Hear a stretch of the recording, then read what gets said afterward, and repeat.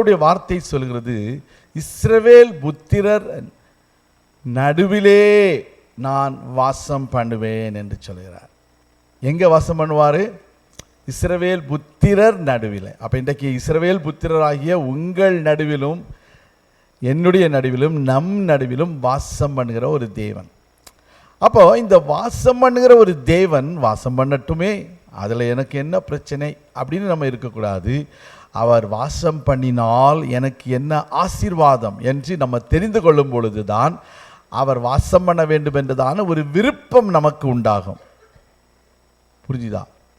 எப்படி எப்படி இப்போ நம்ம அமெரிக்காவில் போய் வேலை செய்தா அங்கே நமக்கு ஒரு நல்ல வாழ்க்கை உண்டாகும் அப்படின்னு என்ன செய்யணும்? ஒரு அமெரிக்காவை பற்றி ஒரு அறிவு, ஒரு ஞானம், ஒரு வெளிப்பாடு இருந்தால் தான் நம்ம அமெரிக்கா வருவோம்.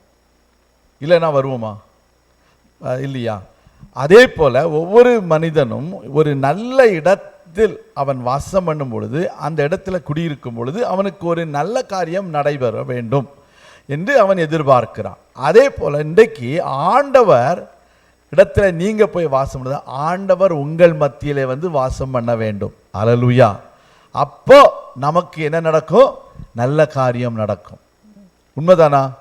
ஆண்டவர் நம்முடைய மத்தியில் வந்து வாசம் பண்ண வேண்டும், அப்படின்னா நமக்கு நல்லது நடக்கும். அப்படின்னு ஆண்டவரே மோசே சொல்லும் பொழுது, எங்களோடு வாரும், நீர் எங்களோடு வராவிட்டால் எங்களை இந்த இடத்தை விட்டு அழைத்து கொண்டு போகாதிரும் என்று சொல்கிறோம். அப்படின்னா என்ன அர்த்தம்? தேவ பிரசன்னம் நம்ம மத்தியில் வரணும்.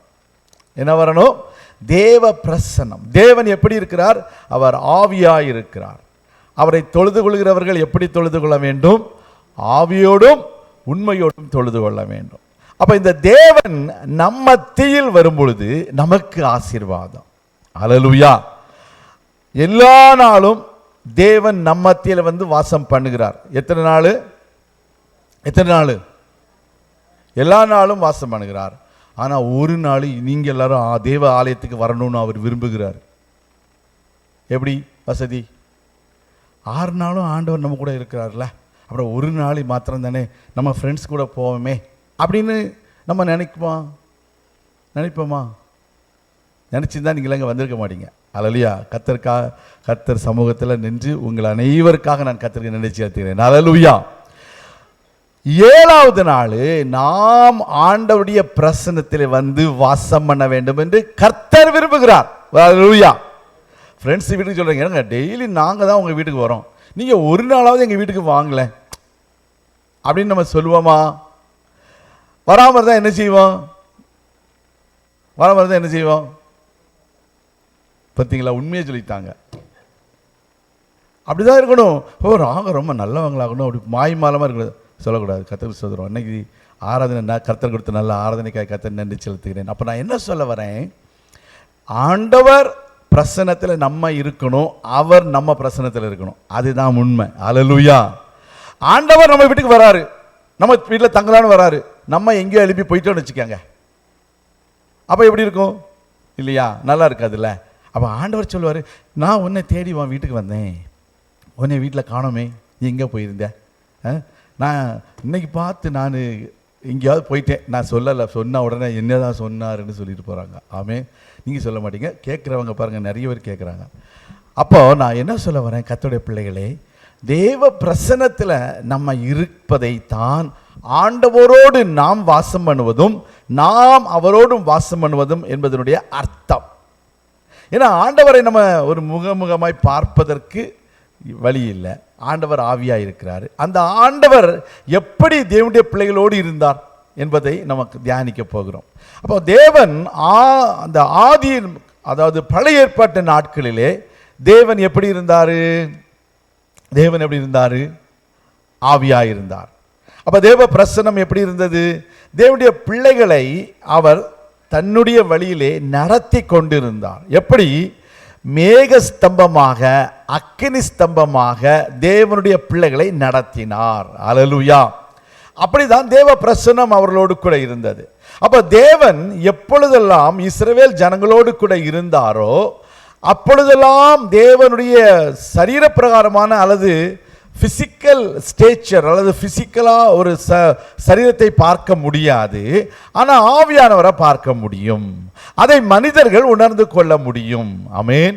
அப்ப உதாரணமாக சொல்ல போனா ஆபிரகாமோடு கூட தேவன் இருந்தார். அப்ப தேவன் அப்பப்ப தேவன் எப்படி பேசினாரு? ஆபிரகாமோடு பேசினார். தேவன் ஆபிரகாமோடு கூட அவன் நடக்க வேண்டிய வழியை அவனுக்கு சொல்லி கொடுத்தார். அப்ப தேவன் நம்ம ஒரு மனிதனை போல இருந்தாரா? இல்லை. அவர் ஒரு ஆவியானவருடைய ரூபத்திலே அங்கே ஆபிரகாமோடு பேசுகிறதை நாம் பார்க்கிறோம். முதலாவது ஆபிராம் என்ற மனிதனாக இருந்தான். அப்புறம் தேவன் அவனை ஆபிரகாமாக மாற்றினார்.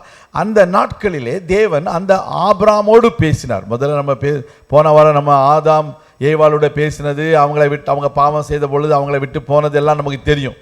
அதற்கு பிறகு தேவன் நோவாவோட பேசினார். நோவாவோட சொல்லி என்ன சொன்னார்? பேழையை உருவாக்க சொன்னார். அதெல்லாம் நமக்கு தெரியும். அதெல்லாம் இப்போ நம்ம நேரடியாக செய்திக்குள்ள போகிறோம். அப்ப இந்த ஆபிரகாமோடு கூட தேவன் பேசும் பொழுது தேவன் சொன்னபடியெல்லாம் ஆபிரகாம் செய்தான். அப்ப தேவன் ஆபிரகாமோடு பேசினதை மக்கள் கண்டார்கள். எப்படி பார்த்தாங்கன்னா, தேவன் ஆபிரகாமோடு கூட இருக்கிறதை மக்கள் கண்டு எப்படி கண்டாங்க? ஆண்டவர் அவனை ஆசீர்வதிப்பதன் மூலமாக அதை கண்டு கொண்டார்கள். எப்படி? தேவன் ஆபிரகாம் என்னென்ன செய்தாலும் எல்லாவற்றையும் ஆசீர்வதிச்சார். எதையுமே ஆண்டவர் ஆசீர்வதிக்காமல் இல்லை. எல்லா சூழ்நிலையிலும் இந்த ஆபிரகாமை தேவன் ஆசீர்வதித்தார். இதை பிற ராஜாக்கள் கண்டார்கள். எப்படி? ராஜாக்கள் கண்டார்கள். உதாரணமாக சொல்ல போனா, இந்த ஆபிரகாமுடைய உறவினராகிய லோத்துவுக்கு விரோதமாக இந்த சோதோம் ராஜாக்கள் எல்லாரும் என்ன செய்கிறாங்க? படையெடுத்து வந்து அவனை பிடித்து கொண்டு போய்விடுகிறார்கள். அவருடைய எல்லாவற்றையும் அவர்கள் பிடித்து கொண்டு போய்விடுகிறார்கள். ஆனால் இந்த செய்தி ஆபிரகாமுக்கு எட்டின உடனடியாக ஆபிரகாம் தனக்கு எந்த விதமான படையும் இல்லையே, எந்த விதமான வீரர்களும் இல்லையே, யுத்த வீரர்கள் இல்லையே, ரதங்கள் இல்லையே என்று அவன் யோசிக்கல. அவங்க வீட்டில் எத்தனை பேர் பிறந்தாங்க? எத்தனை பேர்? சத்தமா சொல்லுங்க. ஆதியாகமம் 14:14 318 பேர். இந்த 318 பேரையும் அழைத்து கொண்டு அவன் யுத்தத்திற்கு போகிறான். ஆண்டவர் அவனோடு கூட இருந்து அவனுக்கு வெற்றியை கொடுக்கிறார். விசுவாசிக்கிறோம் இல்லையா? சொல்லுங்க ஆமென். அப்ப ஆபிரகாமுக்கு லட்சோப லட்சம் ஜனங்கள் இருக்கவில்லை. ஆனால் அவனுடைய வீட்டில் இருந்தவங்க எத்தனை பேரோ அவங்கள அழைச்சிட்டு போனான். இவங்களை தன் வீட்டிலே பிறந்த கைப்படிந்தவர்களாகிய 318 ஆட்கள் அவர்களுக்கு ஆயுதம் தரித்து அவர்களை தானுக்கு அழைத்து போகிறான். அந்த தொடர்ந்து பார்க்கும் பொழுது அங்கே அந்த சோதம் ராஜாவை ஜெயிக்கிறான். திரும்பி வரும் பொழுது மெல்கிசேதேக்கு என்றதான சாலமின் ராஜா அல்லது ஆசாரியனாகிய மெல்கிசேதேக்கு அவன் தசமபாகம் கொடுக்கிறான். அதாவது தசமபாகம் கொடுக்கிறதுக்கு முன்னால என்ன செய்கிறான்? அங்கே அவன் அப்பமும் திராட்சரசமும் பெற்றுக்கொள்கிறதை நாம் பார்க்கிறோம். பாருங்க, ராக்காலத்தில் 15வது வருஷம் ராக்காலத்திலே அவனும் அவன் வேலைக்காரரும் பிரிந்து பவுஞ்சுகளாய் அவர்கள் மேல் விழுந்து அவர்களை முறியடித்து தமஸ்குவுக்கு இடதுபுறமான ஓயா மட்டும் துரத்தி சகல பொருட்களையும் திருப்பி கொண்டு வந்தான். அந்த இடத்துல பார்த்தீங்கன்னா பாருங்க, அடுத்த வசனம் 18வது வசனம் பார்க்கிறோம். உன்னதமான தேவனுடைய ஆசாரியனாயிருந்த சாலமேன் ராஜாவாகிய மெல்கிசேதேக்கு அப்பமும் திராட்சரசமும் கொண்டு வந்து அந்த ஆபிரகாமை ஆசீர்வதிக்கிறான். அப்பொழுது ஆபிரகாமுக்கு தேவனுடைய ஆசீர்வாதம் உண்டாயிற்று என்று பார்க்கிறோம். அந்த இடத்துல பார்த்தீங்கன்னா இருக்கட்டும். அப்ப ஆசீர்வாதம் தேவனால் இந்த ஆபிரகாமுக்கு கொடுக்கப்படுகிறது. எப்போ? அவன் யுத்தத்தில் ஜெயமெடுத்து வரும் பொழுது அவன் தன்னுடைய ஆசாரியனாகிய மெல்கிசேதேக்கிடத்தில் வந்து என்ன செய்கிறான்?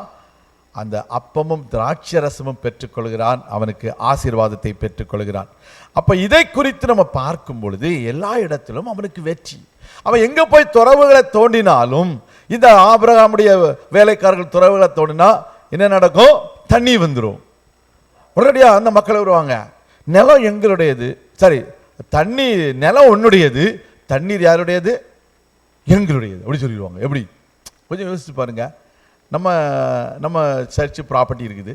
இந்த ப்ராப்பர்ட்டியில் நம்ம என்ன செய்கிறோம்? என்ன செய்கிறோம்? கிணறு தோண்டுறோம். தண்ணி வந்துடுச்சு. தண்ணி வந்த உடனே என்ன ஓடி வந்து சொல்கிறாங்க, மக்கள் சொல்கிறாங்க, தண்ணி யாருடையது? அப்படின்னு சொன்னாங்கன்னா எப்படி இருக்கும்? அதே மாதிரி நம்ம நிறைய காரியங்கள் இருக்குது. அப்போ என்னன்னா, கை வைத்ததெல்லாம் பொண்ணு. ஒரு அல்லேலூயா சொல்லுங்க. அல்லேலூயா. அவன் என்ன செய்தாலும் அங்கே ஆசீர்வாதம். இன்றைக்கு அப்படி இருக்கும் என்றால் கர்த்தர் உங்களோடு இருக்கிறார். கர்த்தருடைய உங்களோடு வாசம் பண்ணுகிறார். விசுவாசிக்கிறோம். அல்லேலூயா சொல்லுங்க. இன்றைக்கு உங்களுக்கு எதிராக சத்துரு பல சூழ்ச்சிகளை செய்யலாம். உங்களை எப்படியாவது விழத்தட்ட வேண்டும், உங்களுடைய முன்னேற்றத்தை தடை பண்ண வேண்டும், நீங்கள் மேலே போக முடியாது, போகக்கூடாது என்றதான பல சூழ்ச்சிகளை அவன் செய்யலாம். ஆனால் ஆண்டவர் உங்களோடு கூட வாசம் பண்ணும் பொழுது ஆண்டவர் என்ன செய்கிறாரு? உங்களை ஆசீர்வதிக்கிறார். விசுவாசிக்கிறவர்கள சொல்லுங்க. பழைய ஏற்பாட்டில் அப்படிதான் தேவன் செய்தார். எல்லா இடத்துலையும் யுத்தத்தை செய்தார். பாருங்க, யுத்தம். ஈசாக்கு உங்களுக்கு தெரியும், பெரிய வறட்சி, பஞ்சம். எல்லா மக்களும் எங்க போய் விதைச்சாலும் விதையெல்லாம் கரிந்து போய் விடுகிறது. அந்த மாதிரி அக்கினி நட்சத்திரம் வெயில் அடிக்குது அப்படின்னு வச்சுக்கோங்க. ஆனா ஈசாக்கு பஞ்ச காலத்தில் விதைக்கிறான். கர்த்தர் என்ன செய்கிறாரு? 100 மடங்கு அவனை ஆசீர்வதிக்கிறார். அல்லேலூயா. அப்போ அந்த 100 மடங்கு ஆசீர்வதிக்கும் பொழுது ஆதியாகமம் 26-28 அந்த எதிராளிகள்லாம் வராங்க, வந்து சொல்றாங்க, நிச்சயமாய் கர்த்தர் உன்னோடு இருக்கிறார். விசுவாசிங்க ஒரு அல்லேலூயா சொல்லுங்க. ஆமென். எல்லா இடத்துலையும் வேலை இல்லாமல் போகுது. ஆனால் கர்த்தர் உங்களுக்கு ஒரு புதிய வழியை திறக்கிறார். ஒரு அல்லேலூயா சொல்லுவோமா? ஆமென். இல்லாதவைகளை இருக்கிறவைகளை போல அழைக்கிற ஒரு தேவன். விசுவாசிக்கிற ஒரு அல்லேலூயா சொல்லுங்க. ஆமென். 2009 ரிசிஷன், 2008-2009 ரிசிஷன். நம்ம அப்போ தான் சர்ச் வாங்குகிறோம். நம்ம ஓக் புரூக் சர்ச்சை வாங்குகிறோம். அந்த சர்ச்சை வாங்கும் பொழுது அதுக்கு முன்னால் இருந்த ஒரு சபை, நம்ம ஒரு ஆலயத்தில், கொரியன் ஆலயத்தில் இருந்த அந்த போதகர் என்கிட்ட சொன்னார், எக்கனாமி எல்லாம் டவுன் ஆகுது, மக்கள் காணிக்க கொடுக்கறது இல்லை. இப்போ எங்கள் சர்ச்சு அவ்வளோ பெரிய சர்ச்சு, அது 14 ஏக்கர் பெரிய சர்ச்சு. அந்த சர்ச்சு எங்களுக்கே மாதம் $3000 மேலே எலக்ட்ரிசிட்டி கரண்ட் பில்லு வருது, கட்டுறதுக்கு ரொம்ப கஷ்டமாக இருக்குது. இந்த டைமில் நீ சர்ச்சை வாங்கிட்டு போகாத, நீ இங்கேயே இரு அப்படின்னு சொன்னார். அங்கேயே இருந்தோம்னு வச்சுக்கோங்க, இன்னும் அப்படி தான் இருப்போம். அல்லேலூயா. ஏன்னா எப்போவுமே மக்கள் கம்ஃபர்ட் ஜோனை விட்டு வெளியில் வர்றதுக்கு ரொம்ப யோசிப்பாங்க. அதில் அவர் வேறு நீ இங்கேயே இருந்துக்கோன்னு சொல்கிறார். எல்லா இடத்துலையும் போன்னு சொல்லுவாங்க. இவர் நீ இங்கேயே இருந்து வேறு சொல்கிறார்களா அப்படின்னு நான் சொன்னேன், இல்லை நாங்கள் ஜோம் பண்ணி தீர்மானம் பண்ணிட்டோம். ஒரு அல்லேலூயா சொல்லுங்கள். அல்லேலூயா. இன்னைக்கு கர்த்தர் நம்மளை வளர்த்தி கொண்டு வருகிறார். கர்த்தர் நிச்சயமாக யாரோடு இருக்கிறாரு? நம்மோடு இருக்க கர்த்தர். அதுதான் ஒரு அல்லேலூயா சொல்லுங்கள். ஆமென். யாரோடு இருக்கிறாரு? நம்மோடு இருக்கிறார். கர்த்தருக்கு ஸ்தோத்திரம். அதுதான் உண்மை. 2002 வருஷத்தில் அப்படி சொன்னேன். ஆமாம், 2002 இல்லை வெஸ்ட் பாம் பீச்சில் சபை ஆரம்பிச்சிருக்கிறோம். அங்குள்ள பாஸ்டர் சொல்கிறாரு, நீ அட்லாண்டாவில் இருக்கிறத விட நீ இங்கே வந்துரு, நான் உனக்கு மாதம் சம்பளம் கொடுக்குறேன். 2002 சம்பளம் நமக்கு இந்த எவ்வளோ கொடுத்தாங்கன்னு நம்ம சர்ச்சில் உங்களுக்கு தெரியும். ஆமென். இங்கே இருக்கிற நிறைய பேருக்கு தெரியாது, போர்டில் இருக்கிறவங்களுக்கு தெரியும். நமக்கு அந்த காலத்தில் 2002 நான் ஒர்க் பண்ணிகிட்டு இருந்தேன். அஃப்கோர்ஸ் அதனால் நான் என்னுடைய சபையை காணிக்கையில் மிஷினரிக்கு கொடுத்துருங்கன்னு சொல்லிட்டேன். நான் அந்த மாதிரி தான் நம்ம ஊழியத்தை நம்ம இருந்தோம். அவர் என்ன சொல்கிறாரு, நான் உனக்கு ஒரு நல்ல வேலை போட்டு தரேன், ஸ்கூலில் வேலை போட்டு தரேன், அவங்க சர்ச்சு ஸ்கூலில் போட்டு தரேன், நீ இங்கேயே இரு, நல்லா பண்ணலாம் அப்படின்னு சொன்னார். நான் சொன்னேன், இல்லை ஜெபம் பண்ணியிருக்கிறேன், அட்லாண்டாவில் தான் ஊழியம், இதுதான் ஆண்டவர் காமிச்சிருக்காரு, இதுக்கு மேலே போகணுன்னு அவர் சொல்லணும், அப்போ தான் போக முடியும், இல்லாமல் போக முடியாது அப்படி சொன்னேன். அவர் அப்படியா சரி அப்படின்னு அவர் விட்டுட்டார் நம்மளை. 2000 ஐ திங்க் ஒரு 12-13 அவர் அட்லாண்டா வந்தார். அந்த பாஸ்டர் பெரிய சர்ச் அது, அந்த இப்போவுமே பெரிய சர்ச்சு தான் அது, 3 ஆராதனை இருக்கும். அப்போ வந்து சொன்னார், உன்னைய பார்க்கணும் அப்படின்னு சொன்னார். நான் சொன்னேன், பார்க்க வரீங்கன்னா எல்டர்ஸையும் சேர்த்து பார்த்துருங்க அப்படின்னு சொல்லிட்டு.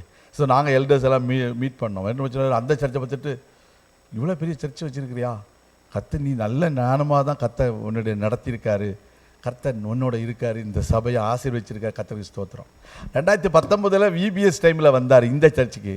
வந்துட்டு வெளியில் நின்று பார்த்துட்டு எப்படி பார்த்தாரு, அப்படி பார்த்துட்டு கர்த்தரை ஸ்தோத்திரம் பண்ணார். அவர் தேவனுடைய பிள்ளைங்களே, இன்றைக்கு கர்த்தர் நம்மோட இருக்கார் என்பது இதுதான். கர்த்தருக்கு ஸ்தோத்திரம். வரலையா சொல்லுங்க.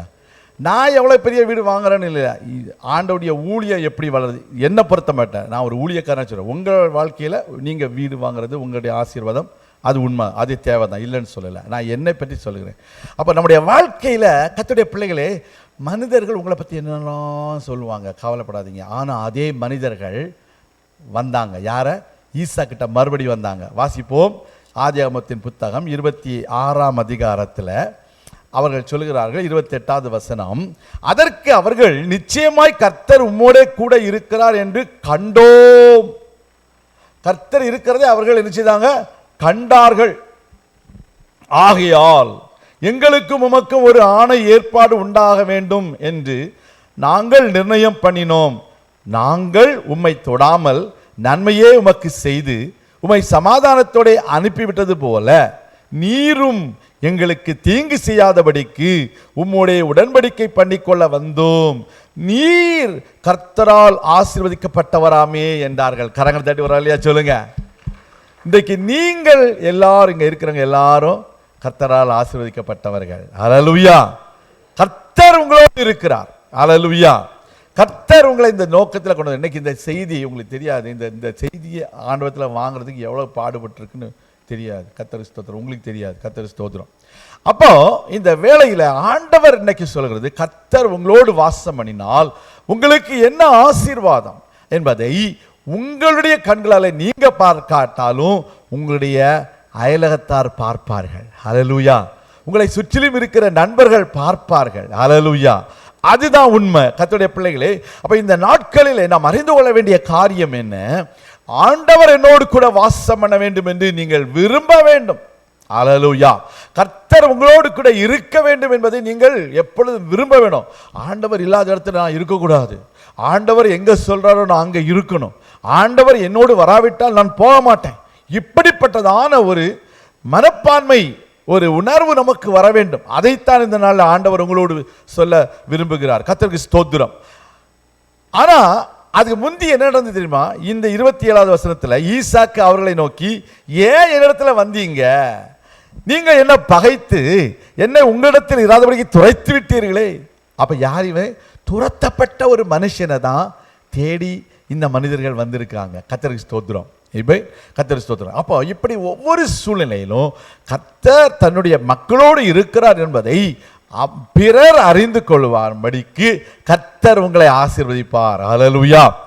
சில வேகமாக நம்ம தெரிந்த பகுதி தான், நான் ஒன்றும் சொல்லவில்லை. உபாகமத்தின் புத்தகம் 1ஆம் அதிகாரம் 31வது வசனத்தில் ஆண்டவர் சொல்லுகிறார், ஒரு மனிதன் தன்னுடைய பிள்ளையை சுமந்து செல்வது போல நான் இம்மட்டும் உங்களை சுமந்து இவ்விடம் வரைக்கும் சுமந்து வந்ததை அல்லது நடந்து வந்த வழிகள் எல்லாவற்றிலும் உங்கள் தேவனாய கர்த்தர் உங்களை சுமந்து கொண்டு வந்ததை கண்டீர்களே. இப்போ என்ன, இந்த பாயிண்ட் எதுக்காக கொண்டு வரேன்னா, நம்ம இவ்வளவு நாளும் கர்த்தர் நடத்தினதை மறந்துட்டு நம்ம எனக்கு ஒண்ணுமே செய்யலைன்னு சொல்லக்கூடாது. யாரும் சொல்லக்கூடாது. ஆமேன். கர்த்தர் உங்களை இம்மட்டும் நடத்தி வந்தார். கர்த்தருக்கு ஸ்தோத்திரம். ஆமேன்.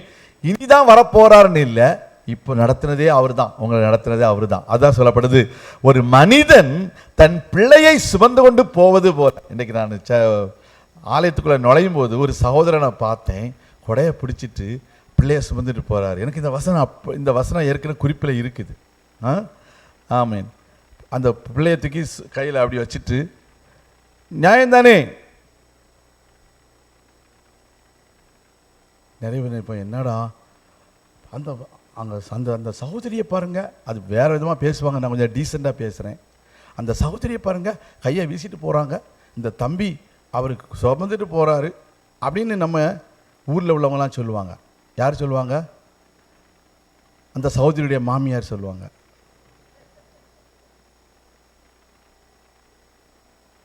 ஆனா பைபிள் என்ன சொல்லுது? ஒரு மனிதன், ஒரு மனுஷன் இருக்குதான். சில வேலைகளில் இந்த மாதிரி ஆண்டவர் இடையில பேசுவார். யாருக்காவது பேசுவார், யாருக்காவது அங்கே பார்த்து கேட்டுட்டு இருப்பாங்க, அவங்களுக்கு பேசுவார். ஆமீன். ஒரு மனிதன் தன் பிள்ளையை சுமந்து கொண்டு போகிறான். என்னோடு ஒத்துக்கொள்கிறான் ஒரு ஆளில்லா சொல்லுங்க. அதனால் சகோதரர்களே, நீங்கள் சுமக்கிறது பிரச்சனை கிடையாது. ஏன்னா 10 மாதம் அவங்க உள்ள வச்சு சுமந்தாங்க பாருங்கள். அந்த கஷ்டமெல்லாம் நம்ம கொஞ்சமாவது ஷேர் பண்ணணும்ல. பேர் burden one another's burden. Ashwin, உங்களுக்கு தமிழ் நல்லா புரியுமா? இல்லை இங்கிலீஷில் பேசணுமா? சரி, ஓகே. அப்போ ஆண்டவர் சொல்லுகிறார், ஒருவர் பாரத்தை ஒருவர் சுமக்கணும்னு சொல்றாரு. அந்த சகோதரி 10 மாதம் உள்ள சுமந்தாங்க. உள்ள சுமக்கிறது, அந்த சுமக்கிறது எல்லாம் பிரச்சனை கிடையாதுங்க. அதில் எவ்வளவு biological changes, emotional changes, different changes. நான் ரீசெண்ட்லி பண்ணும்போது ஒரு வீடு விசிட் பண்ணும்போது அந்த வீட்டில் உள்ளவங்க சொன்னாங்க, அந்த சகோதரி தாய்மை அடைந்திருக்கிறார்கள். அந்த சகோதரி சொன்னாங்க, சில மாற்றங்களை குறித்து சொல்லுவேன், அதெல்லாம் சொல்ல விருப்பம் இல்லை. சொல்லும்போது அந்த குழந்தை வளரும் பொழுது உள்ளே இருக்கிற இன்னர் ஆர்கன்ஸ் எல்லாம் அது என்ன பண்ணும், பிள்ளை பெருசாக உள்ள ஆர்கன்ஸ் எல்லாம் ஸ்கியூஸ் பண்ணும். OBGYN உங்களுக்கு போனவங்க எல்லாருக்குமே தெரியும். அந்த ஸ்கியூஸ் பண்ணும்போது இந்த தாய்க்கு என்ன ஆகுது, அநேக பாடுகள், வேதனைகள் உண்டாகிறது. இதெல்லாம் அவங்க சுமந்தாங்க. அதனால தான் ஆண்டவர் சொல்கிறாரு, ஒரு தகப்பன் ஒரு பிள்ளையை சுமப்பது போல நான் உங்களை சுமந்து கொண்டு வந்தேன். விசுவாசிக்கிற இல்லையா சொல்லுங்க. அதோட முடிச்சிட்டாரா? இல்லை. ஏசாயாவின் தீர்க்கதரிசன புஸ்தகத்தில் 26வது அதிகாரத்தில் ஆண்டவர் மறுபடியும் சொல்லுகிறார், நான் உங்களை, சொல்லுங்க வாசிப்போம். ஆமேன். 20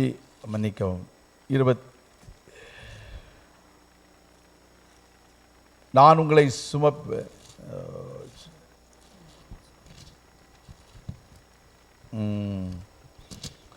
அது எங்க விட்டேன்னு தெரியல. கர்த்தருக்கு ஸ்தோத்திரம். நான் உங்களை சுமந்தேன், நரை வயது மட்டும் நான் உங்களை சுமந்து வந்தேன், இனியும் உங்களை சுமப்பேன், உங்களை தாங்குவேன், உங்களை தப்புவிப்பேன் என்று சொல்லுகிற தேவன். அப்போ நம்முடைய வாழ்க்கையில நம்மை நரை வயது மட்டும் அல்ல, இனியும் நம்மை அவர் சுமப்பார், நம்மை தாங்குவார், நம்மை தப்புவிப்பார், நமக்கு எல்லா காரியங்களையும் செய்வார். அதை நம்ம விசுவாசிக்க வேண்டும்.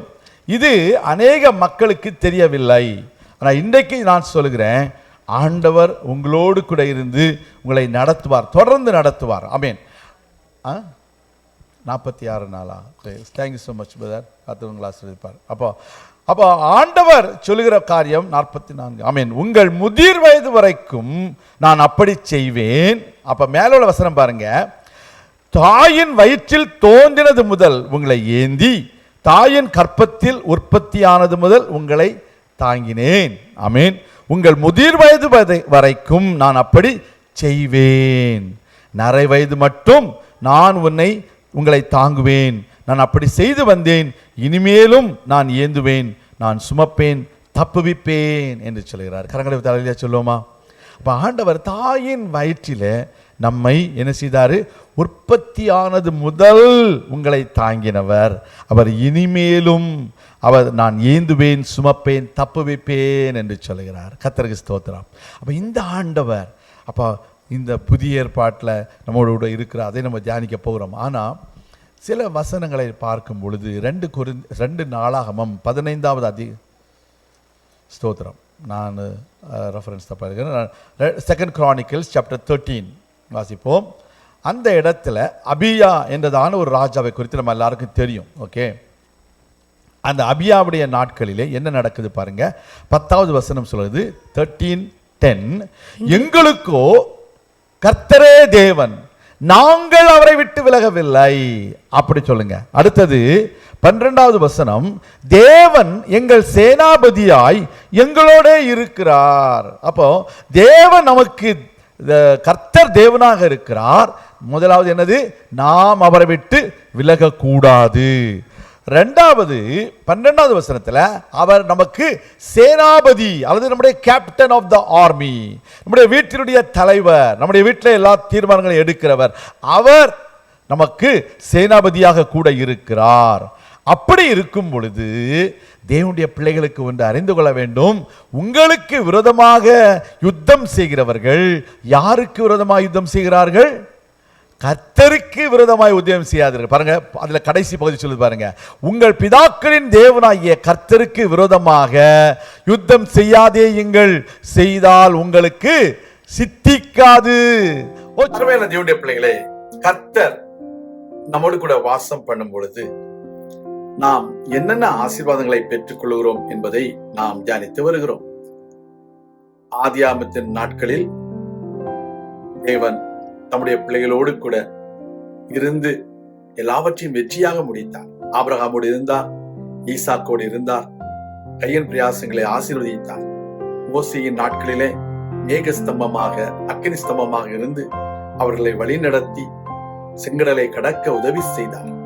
இவர்களெல்லாம் நாம் எல்லாம் அறிந்திருக்கிறோம். அப்படி ஒவ்வொரு காலகட்டத்திலும் தேவனுடைய பிள்ளைகளோடு தேவன் இருந்தார், வாசம் பண்ணினார்.